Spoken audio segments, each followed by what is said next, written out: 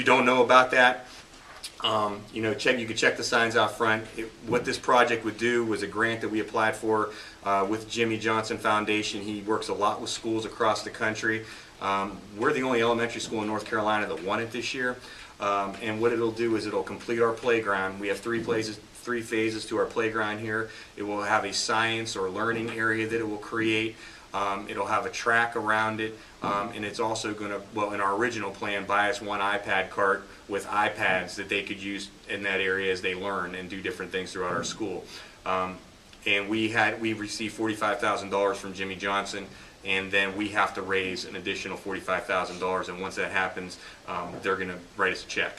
And once that happens, we can begin the process of getting things rolling. So that's really, really exciting news. Also other things, that, you know, Presbyterian Hospital donated a sunshade to us, which is $2,000 that will be in that area. You know, as you know, it's like the Sahara Desert over there. There's no shade whatsoever. So that'll be an opportunity to have some shade in that area. And we're working on a few other things. Any questions about that? All right, last thing.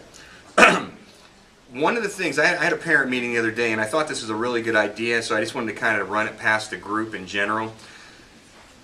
Obviously, one of the things that becomes a big challenge for our second grade parents is the transition from second to third grade, because we go from a situation where our classes are heterogeneously grouped, meaning that we have mixed abilities in one classroom. We use more of a pull-out program for talent development. And you're with one teacher all day long for all your core subjects, to a situation when you go into third, fourth, and fifth grade where you begin to switch classes. We start to departmentalize, and you know, we use kind of a hybrid of a lot of different things. The parent asked, would I be willing to have a parent meeting with second grade parents to kind of explain these things prior.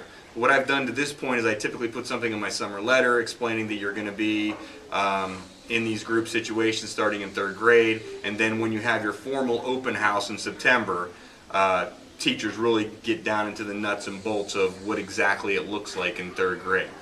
Do people feel like it would be beneficial if you were a second grade parent to have a meeting like that going into third grade? I would come. Do you think you would? Okay. You know, I thought it was, yeah. As a past parent of a fifth grader, absolutely. Okay. It was a big change going from one single teacher, one single classroom, to having to go somewhere else for math, somewhere else for reading, actually having 3 separate teachers and having to move around and organize, and you know, it taught the parents how to be a little more hands-off and the children to be more independent. Okay. So I think it would be very beneficial. I mean, I thought it was a good idea when she brought it up to me. So I'm going to try to figure out a way, and I'll open it up to everyone, though I'll target second grade. Go ahead. Along that same lines, being in third grade this year, Yeah. I already knew and what to expect as far as the switching the classrooms. Yes. The thing that I found was a little concerning was my son switched into 2 classes in the beginning of the year, and then when the certain tests came back that showed what level he was at, then you guys switched him around again into 3 different classrooms, and so he had different teachers compared to, you know, whatever month 2 or whatever that they were working on compared to the first month. So just staying, rather than doing the double switch, just make it one time. Right. Yeah, I understand what you're saying. Right, and that also goes and plays into the fact of the testing came back the day after back to school night, and then you guys switched them around. But back to school night is when I met all these other teachers Right. that he had in the Yeah, beginning. you brought that up at the beginning, And I I'm remember. like, well, wait, I just Yeah. was like getting a rapport with this teacher, Right. and now I've been switched to Grant. I mean, I love all the teachers; they're fine and everything. Right. But I think No, that makes maybe that that made little complete confusion sense. like that maybe would be something that No, could that's be good. addressed. That's good. So what we'll do is I have to find a way to get it on the calendar. But what we're going to do is I'll probably open it up to K2 parents just out of comfort, in case of parents. You know, I meet with. Like me, I start meeting with. everything. I start meeting with parents when their kids are 4 years old about kindergarten and first grade. So. I'll open it up to everyone, and basically, you know, the key things that I won't be able to give too specific information about is I change every single summer. And I don't change like massively, but there's subtle changes. Just to give an example, third grade was 10 teachers this year, so we actually literally had to break third grade into 2 pieces, and we created 2 5-person teams, and we departmentalized. Well, that was the first year we'd ever done that. And I really don't make those decisions until we reach the summer. But I can kind of go through the scenarios with parents and say, you know, this is what third grade looks like now. This is what fourth grade looks like now. They're very similar. Fifth grade groups across the grade level right now. They want to departmentalize. At least the last time I had a conversation with them, that's what they wanted to do for next year too. So potentially it could be a little easier. Because right now I literally have 3 different schedules going on in the school.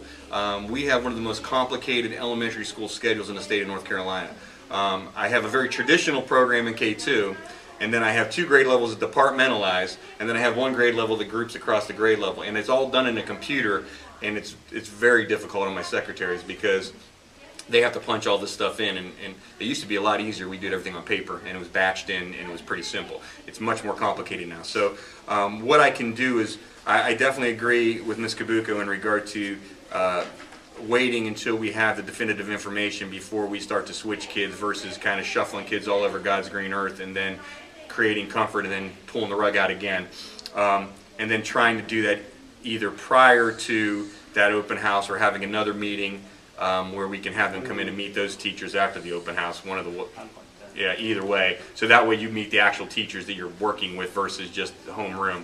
And then we'll also kind of go through some of the other scenarios so parents are not as confused about the process, because it is a little bit of organization in regard to communication with teachers. That seems to be the biggest issue. Who do I talk to of that group? I used to just be able to talk to one human being. Now I have to talk to, multiple human beings, and usually you still are only communicating mainly with one person if you have a weakness. Rarely do you have a weakness across the board with kids. Usually you're either struggling in reading, you're struggling in math, and then you spend most of your time communicating with that individual person. But in some cases you have to talk to everyone. But we'll go through kind of all those scenarios with parents and kind of just explain, and we'll just make it a quick 45-minute kind of session, and we can kind of just answer any questions we have versus just kind of put it in writing. Yes? We had an option back in California of having, you know how you did the back to school night in the beginning? Yes. We had another one of those nights similar to that. About this time in the year for the end of the year, and you actually as a parent and student could go into the next grade level and talk with those teachers to get familiarized, or even if you could do it in a group session, depends on how many students are around. But it kind of gives that a little bit of comfortability and meeting some of those teachers and seeing how they do things and stuff. So then the kids are already at the end of this year thinking about what's going to happen next year instead of waiting so close to the orientation that you do a week before school starts? The one we do first before school is really very informal. So all that is honestly you kind of walk in and visit the school in the classroom. So if you've been here for multiple years, you really don't have to spend much time except popping in and saying hi to your new teacher. And it's just like that, how we did that for this part of the years. We did that same kind of concept, but we just did it to where you could go to that next school year and if you wanted to, because we were allowed to actually specify what teacher we wanted, and that was a good way for us to get a little bit more familiar with some of those teachers to where when, I know you guys don't really do it that way here, but I don't know, something like that might work for some parents and students to where they can get a feel instead of waiting until... I'm going to give you a call about that. I'm going to get some more insight about that. Okay. So that is something we're going to do in regard to having a parent meeting. And I hope that will alleviate some of the stress. Like I was saying, is really the kids are far more flexible than we are. In most cases, it's really not a huge issue for the kids, and it actually works to their benefit in a lot of cases. Where if you have a more difficult relationship with a certain teacher, you're only with that teacher for X amount of time during the day. So it has pros and cons. The organizational piece, there's no question about it. It is there, and you have to be better at writing in your planner and doing different things. But that is a skill that these kids are going to need to learn. So the more we give that to them now, really the better off they are going to be when they get to middle school, which they will do that 8 times in a day. I think they have 45-minute classes or 50-minute classes, so they're going nonstop. And then you may have A week, B week, and all kinds of other things. So it does put our kids in an advantage in that regard. one last thing I wanted to mention about that, and I'll get Ms. Chiga. Go ahead. One other thing that I found interesting is we've gotten some feedback from the middle school, Bailey, that they were hearing our kids coming in and talking about the technology we're using in school and some of the different things that they used in school. And they actually had one of our facilitators go over and meet with their staff to talk to them about some of the technology we use. So when our kids get over there, they can begin to be kind of in sync with what we're doing. So I thought that was a very positive thing that Ms. Dean did. Because what I've noticed, and I'm only using my personal experiences here because I got to visit middle schools for the first time in quite a while for my own son since I've been an assistant principal a long time ago. But it's a different animal in regard to the technology. It doesn't seem to have, hi James, it doesn't seem to have the technology that I envisioned it to have. So, with that being said, we are going to try to communicate with them a little more. And one of the things it's interesting, and I forgot about this leaving middle school a long time ago, was that middle school and high school teacher mentality is somewhat different than an elementary school teacher's mentality in regard to willing to take risks and the belief system of we can do this, we can do that with our kids can be responsible enough to do this. They sometimes don't believe the kids can do everything that they can do. And they kind of, well, my kids can't do that in math, or my kids can't do this in reading, when some of the things are shared. And I think that the more conversation we have with some of their teachers, we'll be able to break down some of those walls with them, and let them see that, hey, math doesn't have to always be done in the traditional manner. You know, you can use even more easily than we can. If I give an assignment to a 7th grader to say, you need to watch this clip and answer a series of questions, summarize what you saw on this video clip at home, and then be able to have your discussion in the classroom, that should be a lot easier for a 7th grader to do than it should be for a 5th grader to do.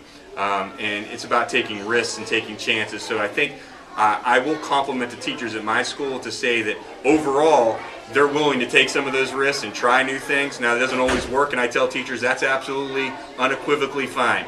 I'd rather you take a risk and not have it work than keep doing what we're doing and it not work. So we are having those conversations with the middle school now. I think that. Oh, go ahead. Reminder of the book fair.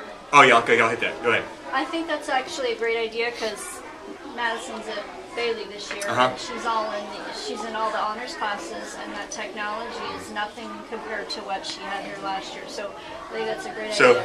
So we did it. They did it a week ago, and so I think it's the start of a conversation. But I was a little surprised. I honestly was. Yeah. That was the thing I was most shocked by. Yes. Backstepping on transitioning from 3rd grade to 4th grade in the organization of a child. We need to make it consistent with the teachers too and how they approach it. Because in 3rd grade they get this big hawk and they get their hawk notebook and all that kind of stuff. And then 4th grade the teacher threw it in the trash can. Right. And so if it was consistent. No, not thrown literally. Not literally. Not literally. No, but Like didn't use it. They didn't use it. No, 4th grade it started out though they did have the notebook at the beginning of the year. And it was going to be organized, and then by the 3rd or 4th Didn't grade work. of school, It was, it was just it just disregarded. was non-existent. And Yes. so if it stays consistent with the teachers on the organization part of it, I think that will help the children too, because they went from rigor and strict to, you know what, you can do what you want to do, and it kind of was teacher-based. And if it was grade-based, I think that might help a little bit too. Yeah, and now part of that could be me. You know, the whole grade should be doing the same thing, but I give some flexibility to grade levels in regard to what they do, but the grade level should all be doing the same thing. So if the grade level's all doing, they do the hawks, the soaring hawks in 3rd grade, the whole grade level's bought into that and they do it. 4th grade, I tell them they need to come up with a system. Whatever they come up with, everybody needs to be doing it. So that inconsistency I can deal with. But I don't have a 3rd, 4th, and 5th grade we're all doing exactly the same thing at exactly the same time, because I may not be as good as a teacher in organizing certain things as other people, and you try to play into what people's strengths and weaknesses are. So I do try to give teachers some flexibility, but within that grade level there should be consistency. I do have a question. Yes. You're talking about K2 does it this way, 3rd, 4th, and then 5th. Now 5th grade switches classes too, right? Right now 5th grade switches across the grade level. So as an example, we have 6 teachers in 5th grade. First thing in the morning, the way their schedule works this year is from 8 to something, they have science and social studies. And what they decided to do, and with my suggestion was, if we have 6 teachers, during that block of time, we paired up. So if me and Mr. Woods were across the mobiles from each other, I taught my class science, and he taught his class social studies, and then we would flip-flop. Then I would teach his class science, and then he would teach my class social studies. So he teaches 2 social studies classes, I teach 2 science classes. And then after that science social studies block, they group across the grade level for reading, and they group across the grade level for math, and then they go back to their homeroom specials and things just like everybody else does. Are they still grouped together like talent development? Yes. Okay. Yep. It's all group based on scores and things like that. Now, what they want to do is go more to a model like 3rd and 4th, where they start to departmentalize. So, for example, and I'd have to look at the numbers, but this is an example. You may have 2 reading teachers for the whole grade level. So use 4th grade as an example where Kayla is right now. There's 2 reading teachers in 4th grade. You have Miss Humes and you have Miss Mize Wilson. You have 2 math teachers in 4th grade. You have Miss Creeley, my mind just went blank, Miss Woods. So, that's more of what they want. From a teacher's perspective, that's less prep time in regard to your planning piece. They can tier their lessons. You're not having to teach all the subjects, which becomes quite a bit. So that's where I think 5th grade wants to go.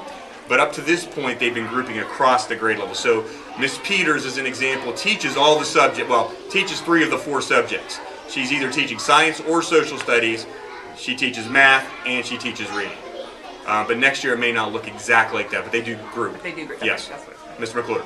If it's 6 classes in 5th grade, how many kids per class? The max you're allowed in North Carolina is 29. It doesn't typically get to that high unless it's in some of our higher flying classes. We may go a little bit higher in our numbers, but the max you're allowed to have in a homeroom is 29. I think right now our class average in 5th grade is like 26 or 27. So it's just less kids. Yes. Yes. Yes. Yes. May I request some kind of visual paper when you're talking about doing this 2nd grade meeting? Especially an EC parent who is going to get 0 communication from their child and may be more apt to have to speak to every Right. teacher, not just one, on a constant basis. So you're It's thinking baffling. You're thinking like a visual to bring to the parent meeting? Yes, or to have online, or something that explains to us Okay. what is going on, because it's intimidating, especially knowing that Yeah. you're going a little more blind. Yeah. Okay. Yeah, we can do that. Yeah, and I'll try to incorporate some research to kind of show, maybe give some links to some articles that parents can read to if they want to take it a step further. It is not uncommon. In fact, in some schools, they're actually starting to group in early elementary school now. I'm not totally bought into that, but there are some schools where they group in K and 1 and 2. There's also some schools that group and they basically keep that class together all day. I'm not a fan of that either, because I don't think that mixes all of our kids together enough. I think that you need to have a combination of being with likability kids and with all your peers.